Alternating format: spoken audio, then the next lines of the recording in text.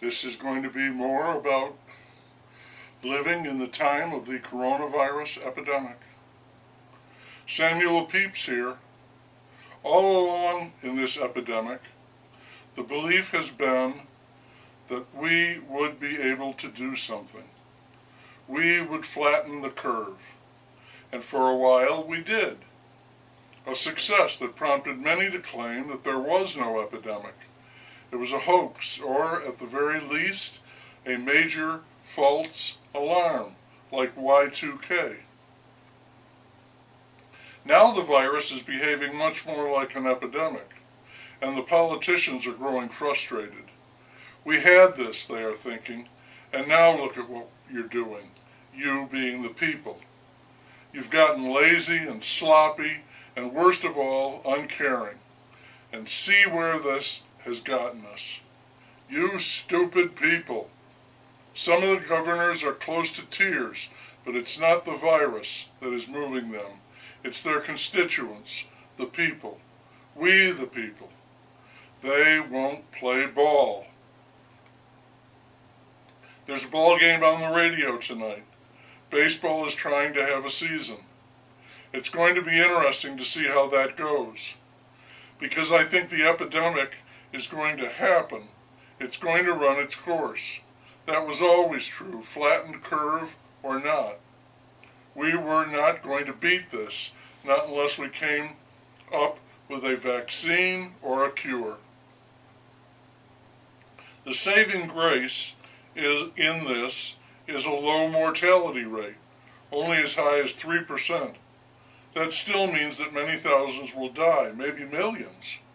And short of that vaccine or cure, there isn't a damn thing anybody can do about it. I think back to inexorable.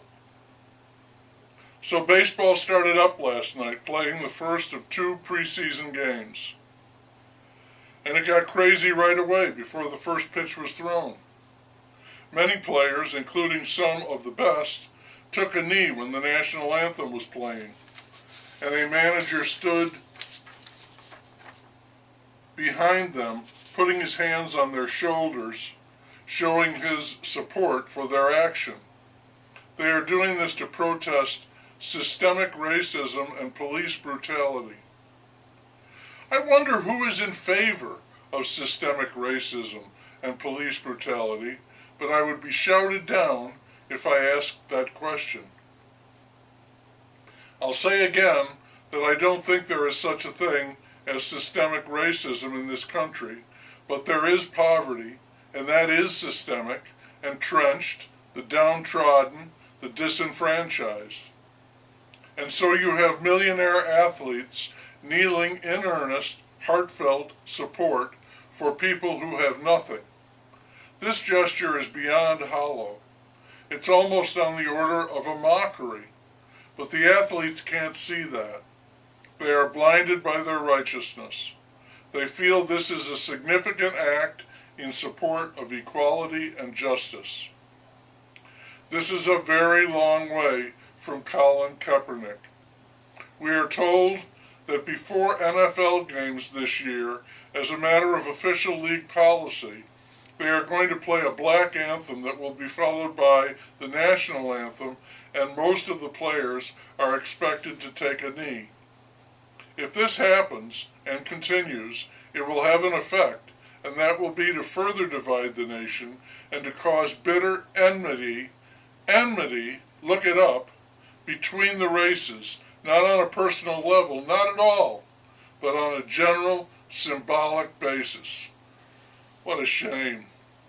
I really and truly hate to see this happen, but it will, because if anyone, like an owner, tried to stop it, they would be scorned and labeled a racist.